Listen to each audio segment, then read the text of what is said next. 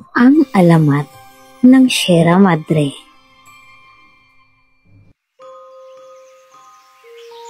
Noong unang panahon, sa malayong bahagi ng hilagang silangan ng Luzon, may isang napakagandang dalaga na nagngangalang Sierra. Siya ay anak ng bathala sa mga bundok at diwata ng hangin. Kilala siya sa buong kapuluan dahil sa kanyang kabutihan at pagmamahal sa kalikasan. Araw-araw, nililibot ni Sierra ang kanyang kapatagan. Dinidiligan ng hamog ang mga halaman at pinapahinga ang mga ulap sa kanyang mga palad.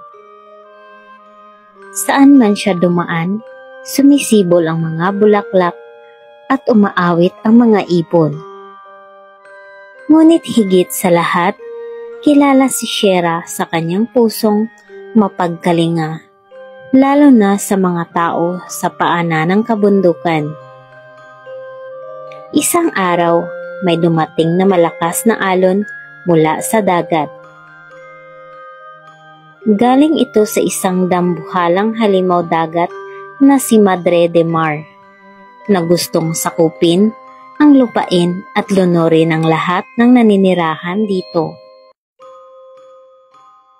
Nagsimulang bumaha at nagtakbuhan ang mga tao, humihingi ng tulong kay Sierra. Nang marinig ni Sierra ang mga sigaw ng mga tao, agad siyang bumaba mula sa ulap at hinarap ang halimaw. Nanginginig man sa takot, tumindig siya sa pagitan ng dagat at ng mga baryo. Ibinuhos niya ang lahat ng kanyang lakas upang pigilan ang mga alon. Sa lakas ng kanyang panalangin, tumubo mula sa kanyang mga paa ang malalaking bato, damo at puno hanggang sa siya mismo ay tuluyang naging isang hanay ng matatayog na bundok.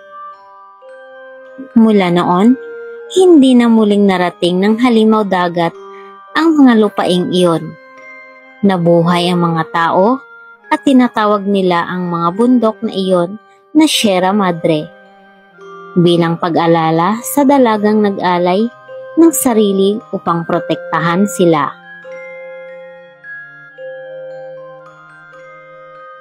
Ang tunay na kagandahan ay nasusukat sa kabutihan ng puso at sa kakayahang magsakripisyo para sa kapwa. Tulad ni Sierra, kung marunong tayong magmahal at magtanggol sa kalikasan, ito rin ang magtatanggol sa atin sa oras ng panganib.